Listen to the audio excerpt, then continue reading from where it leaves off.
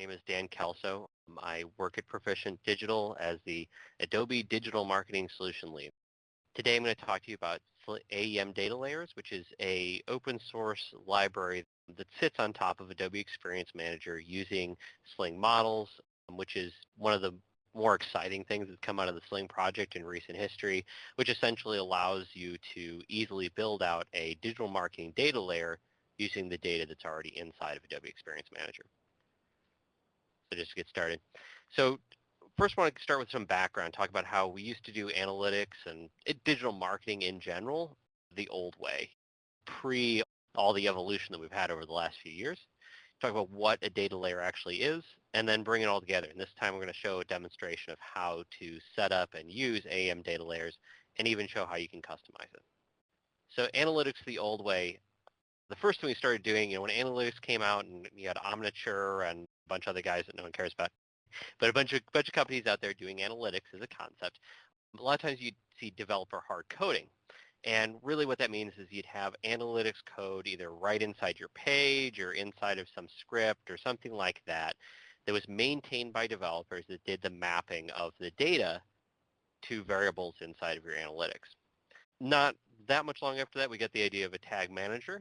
Dynamic tag manager is one of the tag managers that exist out there, but really it's allowing kind of a separation of your developer code from your analytics code.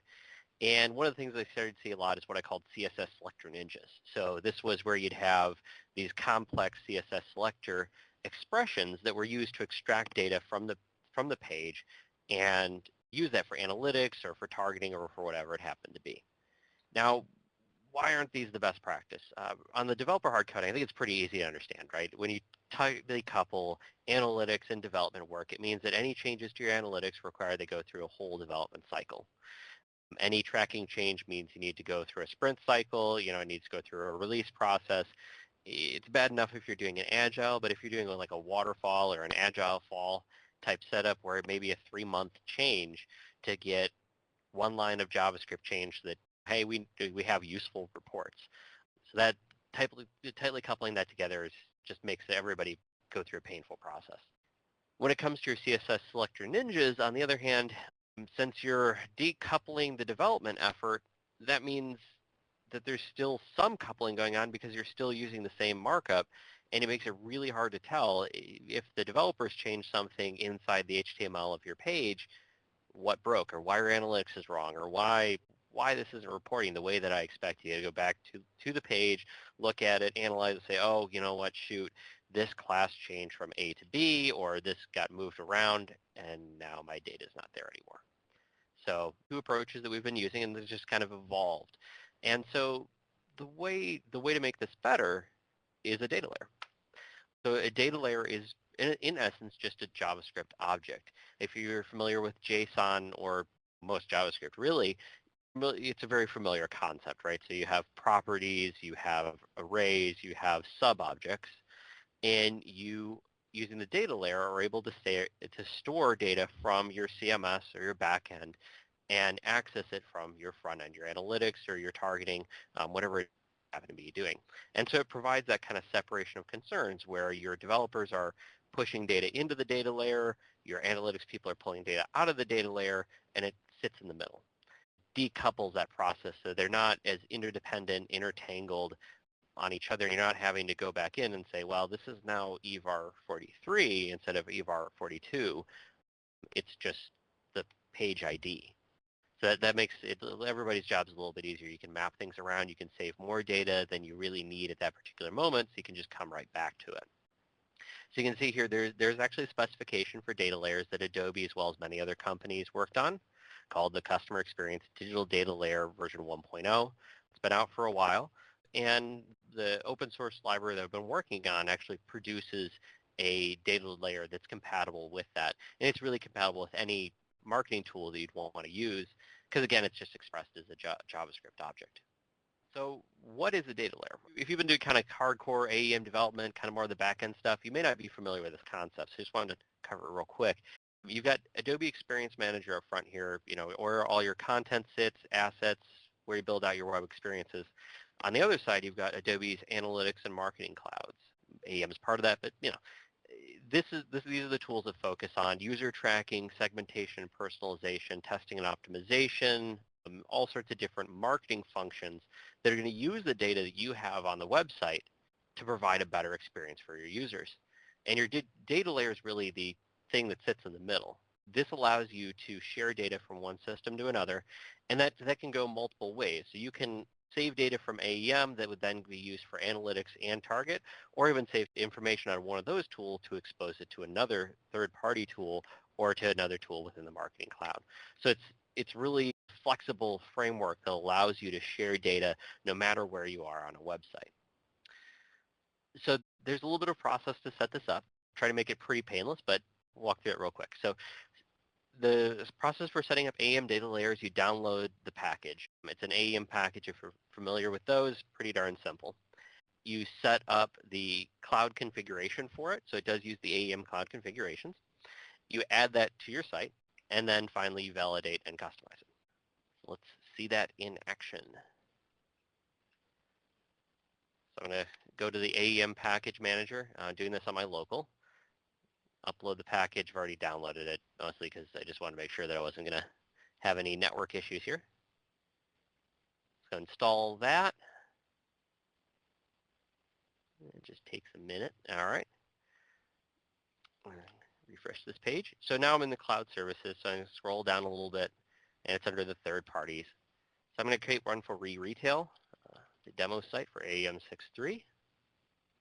And I need to fill out a few things here. So this is kind of shared information that's going to be used by any site that uses this configuration. So I'll say this is the dev environment, site IDs, retail. Go into page settings. This is published by Adobe, and the URL prefix looks like that. Now, there's a few more things that you can configure in here depending on what you want to do, but this is kind of the base configuration. Now I come into AEM sites. I select the site that I want to set it up on. I'm going to go to Properties, go to Cloud Services, and add my configuration in. As you can see, it already selected retail because there's only one of them. If you had more, you could select, so you could have different data layer configurations for different sites if you wanted to save things differently, make different things available, that sort of thing. Now that it's on here, I'm going to switch back over here, and this is kind of one of the fun things I put on here. So there's a little servlet here that's receiving these requests, and I can actually do a test right from here to see if my configuration is valid. So it's going to say this is the data layer for the About Us page, which is kind of slick. Allows you to test that really easily from a developer perspective. And then you can also verify it by going through here. So I'm going to navigate to a page that exists on the retail site, edit that. And then I got to view source and then remove the editor because I don't want to view source of the editor. I want to view source of the page. And then I know it's going to be saved to a variable called digital data. So you can see here, there's my data layer that's been saved to this page, all minified and compressed so that it minimizes the amount of information that's sent. And I didn't need to put a single thing on this page, I'll note. This is done through the cloud configurations where it allows you to inject code onto the pages when the cloud configuration is enabled on any page or parent page. So that's pretty cool. Next, I'd like to talk a little bit about how you'd actually use this on your project. Because it's great to talk about an abstract, but understanding that this is a library that you can use on a project that you are implementing. So the first thing you always want to do when you're doing this sort of digital marketing implementation is analyze all the pages, components, services, interactions, everything to gather your data points. And you want to make sure you identify what you want to capture, not necessarily what you need to capture, but what you want. A good example of this is I was on a project recently where the customer had a form with like 20, 30 different fields, and we only tracked 5 for their immediate purposes. They're kind of like, region, device type, very basic stuff. But we put everything in the data layer because if later they came back and said, well, we want to know pacing rate, or we want to know these kind of detailed, more technical things, they can do that without having to make any code changes inside of AEM. It just gets captured and can be referenced later. And then the final thing is you want to identify what's on page and after load. On page is things that can be sent out with the page, and that's what AEM data layer is going to be helping you with. Afterload is all JavaScript, and then you're in the no man's land that is JavaScript. So you have to add tracking for that separately. So that's any of your like click events, that sort of thing, that are going to be happening after the initial page loads. Now, next when it comes to exposing the data, so you're going to document everything into generally what's called an SDR, solution design reference. So you document your data point, source, use, expose it via the data layer. And the way that we do this is creating custom component data elements. Component data element is just an interface that you can implement with any Sling model. It allows you to inject data into the data layer from any component that's going to be on the page. That includes like the page component itself and any page that actually gets included in rendering a response. So I'll kind of get into why that particular distinction is important. So let's see an example. I'm going to open up my trusty Eclipse here. And so this one here this is the page. We retail page component data element. And so this one's got a lot of stuff going on here because the page is a fairly complex thing. It's retrieving the creation date, all template, all that sort of stuff, and saving it into the data layer. So you can see here it's creating a breadcrumb. Here's where it actually creates the page object. Lots of things happening here. If you're looking for a good example to start with, this is a good one. On the simpler side, we have the video component. And what this one's doing is it's creating a component, since there's a component that's sitting on the page. It's setting the ID of it, which is the path to that particular resource, and then it's setting the video as the video that's being displayed inside that video player as an attribute so that you can retrieve it later for reporting. So if you wanted to be able to say, hey, how many times has this video been viewed, or how many times has this video been viewed on this page, or how many times, that sort of data, and be able to understand how your videos or how your assets are performing, this would allow you to do that. Next here, we've got the product. And this one's kind of cool because it's actually using the AEM product API. So it adapts the resource to a product data object that's in the AEM API, retrieves data out of the product that's stored inside of AEM, and saves that into the data layer. Pretty cool. Now it gets even cooler. So let's just say that you've got a page like the homepage on We Retail. And I've put a product grid on here. Now this product grid, I'm not specifying I want the sleek insulated code. I'm doing these things. It's just saying I configure that grid to retrieve products dynamically based on a query and display them on the page. So it could be different products for every request. It could be the same, it depends on how you set it up. But this is not actually embedding those components, those product item components inside the page. But since it's intercepting the request and understanding what components are rendering that request, I can actually attach to the product grid items and write those out to the data layer. So it's going to write out a slightly different entry into the data layer for those. But this allows me to not only know what's actually authored on the page, but what components get included as a result of the components that are authored on the page. So that's pretty cool. So if I look at the data layer for this one, for example, and I'm just going to grab the URL because that's easier, and drop it over here.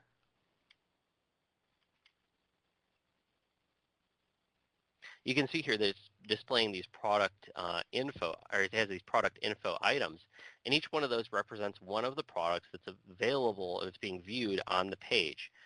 Even though those actual products are living somewhere else entirely, they're just referenced. So you can see here it sets the display type, so I know, hey, this is a product that's displayed from another location on the site. When you're all done with that, it's about mapping it into your digital marketing tools. And again, getting into that, there's a lot more complexity out there. This is showing how you could do it in DTM. So I could save that video URL into an EVAR or a prop in Adobe Analytics through Dynamic Tag Manager.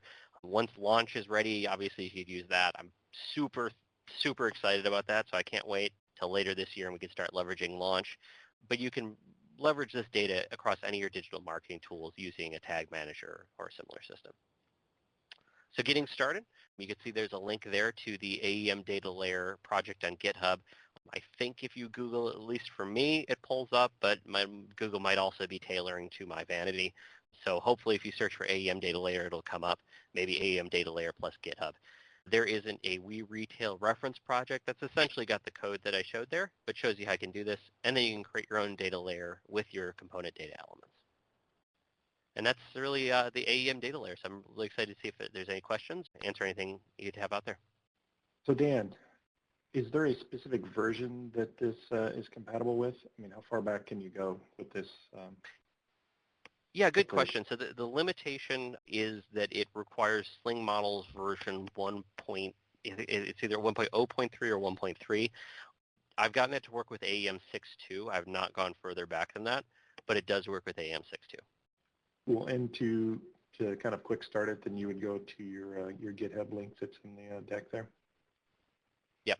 Yeah, and I wrote it for 6.3, so it works with 6.2 and 6.3. There's instructions there on how to make it work for 6.2. It's essentially just you download the bundles and install them. And we do have one question. Does it work with DTM, it says? So I would assume so because you just demoed it, but what about things like Helium and some of the other stuff? Yeah. No matter what. So Telium was actually one of the participants in the data layer definition. So any tag manager you have out there will be able to read data from the AEM data layer, and then you just write the mapping code essentially inside your tag management system. To Ace's question, I have flown the drone. I'm still kind of on beginner mode, but it is a whole lot of fun, and it's kind of creepy, but at the same time, it's really cool. Now, I think there were a few configurations that were shown there. So there's that author configuration. That will essentially just save data about whoever authored the pages into the data layer, where you'd probably want to use that as more like a blog setting rather than on just your generic page where you may not want to expose that information. Cool. Do you have any tips for future rock stars? Any suggestions? Any feedback for us? The one that I heard, the one thing that I heard that people really did like about this presentation is that this project or this product touches multiple Adobe products and talks about a larger ecosystem. So as you're thinking about your presentations, try to think how what you're doing enables like an overall solution and a bigger thing. And I don't want to say just rather than just AEM development, but how it can enable a larger solution. Right. Well, thank you, Dan.